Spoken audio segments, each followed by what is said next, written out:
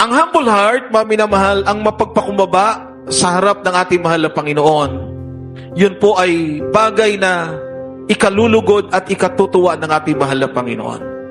Kasi may mga ilan na sabihin natin, mga minamahal, na pag maganda na po yung nangyayari sa buhay nila, from trials to blessing, minsan pagka marami na pong magagandang bagay na nangyayari sa buhay nila, nakakalimutan nila ang mahal na Panginoon. Nakakalimot sa Diyos.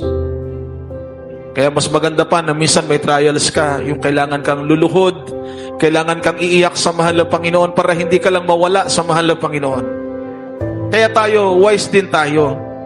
Bilang mga Kristiyano, mananampalataya ng dakilang Diyos, tingnan din natin, mga minamahal, kung yung blessing ba ay lalo kang mapapalapit sa Diyos o baka naman mawala ka sa mahal na Panginoon. Amen? Kasi may pagpapala na makabubuti at maaaring sabihin natin sa simula ay pagpapala, ngunit ikaw naman ay mapapasama. Dahil ang mahal na Panginoon, He knows everything eh. Ahead of time, mga minamahal, alam na ng mahal na Panginoon, nais lang ng mahal na Panginoon, ilapit natin ang ating puso sa Kanya.